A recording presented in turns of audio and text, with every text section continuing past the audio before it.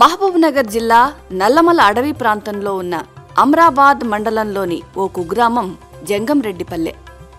ఈ పల్లెలో అధికంగా చెంచు తెగవారు నివసిస్తున్నారు. వీరి జీవనాధారం అడవి తల్లే.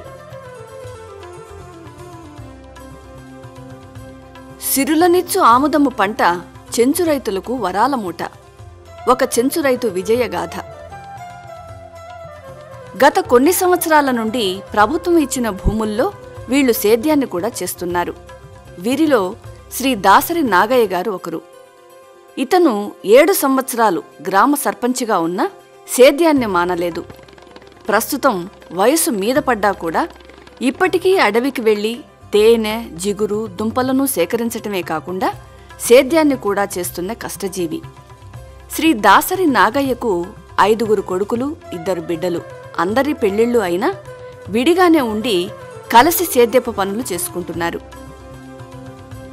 వీరు జొన్న, రాగులు, కందులు, సజ్జ, వేరుశెనగ, వరి పంటలను పండిస్తున్నారు.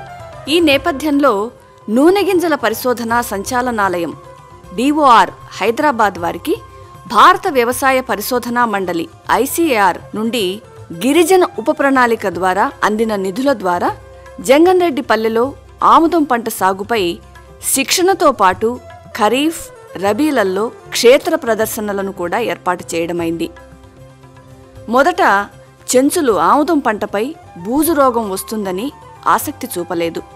ఆ సందర్భంలో శ్రీ దాసరి నాగయ్య గారు ఇష్టంతో ముందుకు వచ్చి తన పొలంలో DOR వారు సూచించిన DCH 177 అనే సంకర వంగడాన్ని ఆధునిక పద్ధతులను పాటిస్తూ 6 క్వింటాళ్లు ఖరీఫ్లోనూ 10 క్వింటాళ్లు రబీలోనూ 1 ఎకరాకు సాధించారు.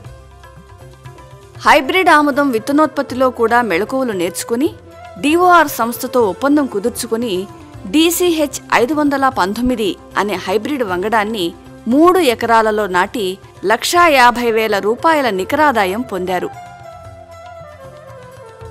ఆముదం పంటలో అధిక దిగుబడులను సాధిస్తూ ఆదర్శ రైతుగా గుర్తింపు సాధించి శ్రీ దాసరి నాగయ్య గారు అందరి ప్రశంసలను అందుకుంటూనే సేద్యంలో ముందుకు సాగుతున్నారు.